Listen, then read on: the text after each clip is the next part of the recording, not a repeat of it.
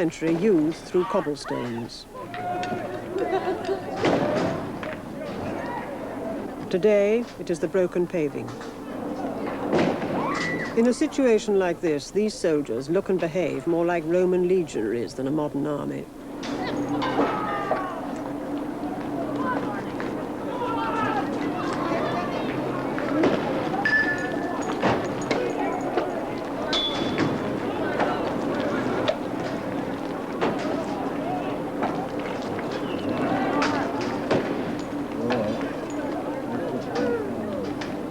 For nearly 2 centuries, the North has witnessed scenes like these.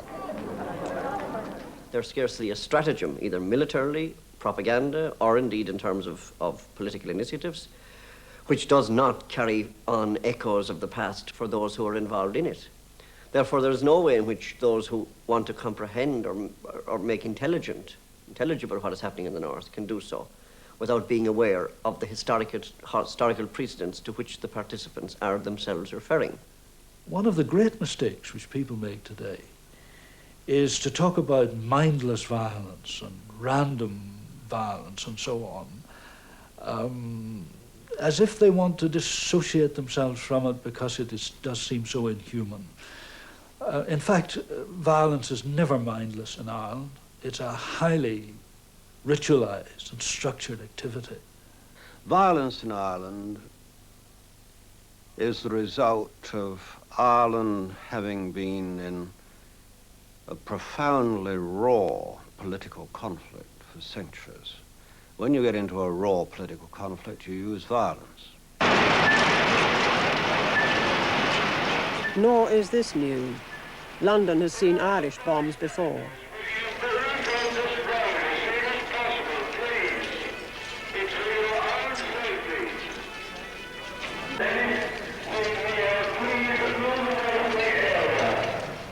The bombing campaign in England of the mid-70s was an attempt to shock and sicken public opinion into demanding, out of weariness and despair, British withdrawal from Ireland.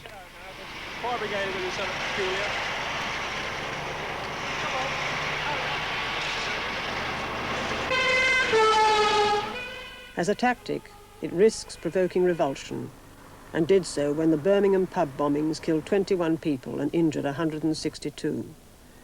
The British public did not demand withdrawal, but vengeance upon those responsible. The result was the Prevention of Terrorism Act, giving the authorities draconian powers to deal with the bombers both in Britain and Northern Ireland.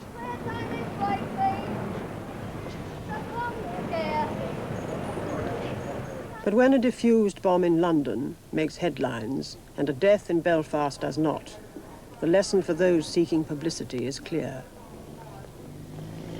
In Ireland, the provisionals seek not to shock and sicken so much as to make the country ungovernable, to sap political will.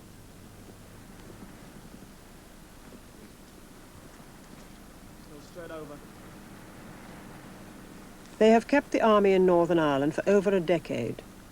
Despite repeated claims of their imminent defeat, army intelligence admits that the provisionals' campaign of violence is likely to continue while the British remain in Northern Ireland.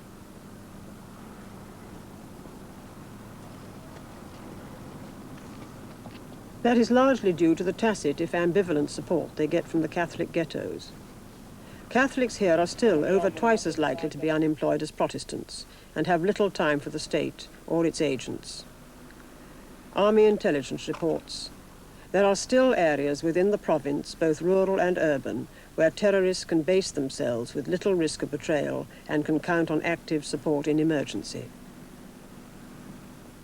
The ambivalence which so puzzles and annoys people, that people who are not themselves in favor of violence, still because of their making a distinction between the objectives of terrorists and their methods, will go so far in cooperating with security forces, but will go no further. They will not, in other words, hand over suspects, because whatever they may feel, whatever revulsion on moral grounds they may feel, there are other considerations of dissent involved in their unwillingness to cooperate with a regime to which they do not ascribe legitimacy.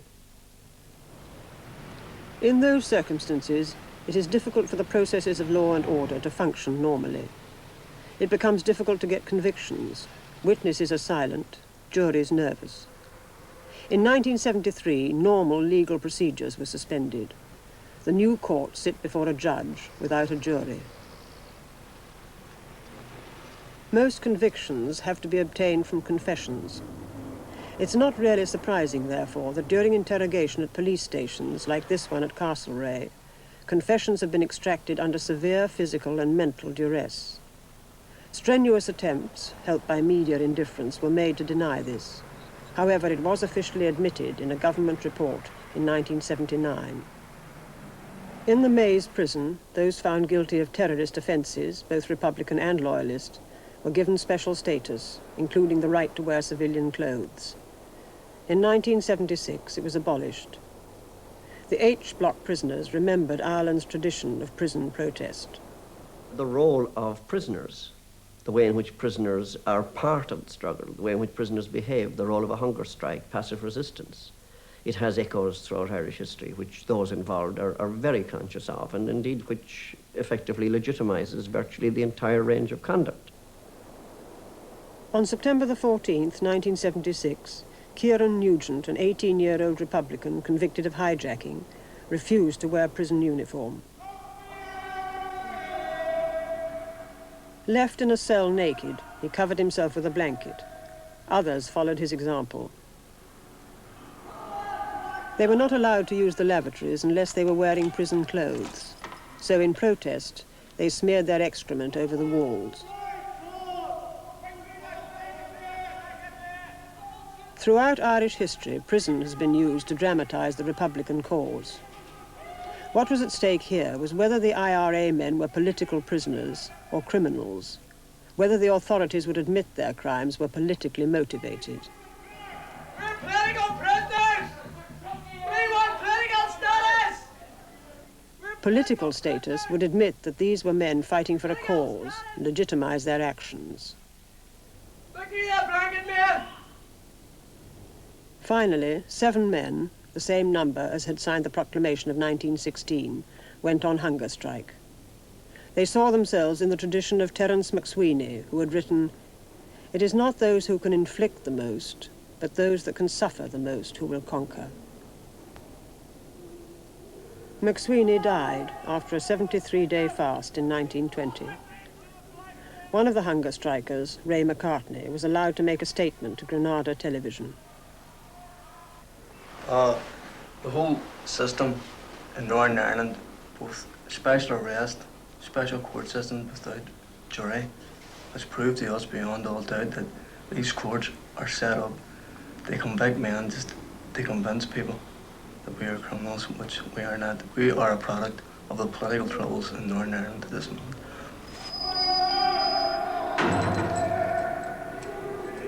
It ended in a confused compromise, which at the time seemed to allow both sides to claim victory. Prison protest has always sought to publicize the cause and marshal support behind heroes and martyrs. More subtly, the obduracy of the prisoners seeks to force their jailers to use methods that will discredit the authorities. The battle is one of propaganda.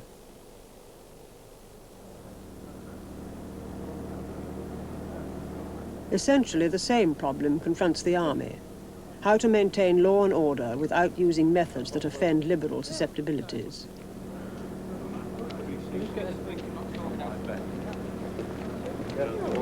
These men fight an enemy who fires and disappears into the community. Over 300 soldiers have been killed in Northern Ireland.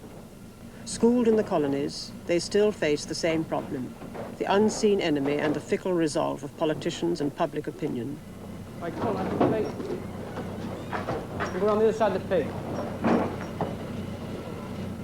Come on, lads, quick as you can. Quick as you can, lads. Right, just get your helmets on, get yourselves sorted out.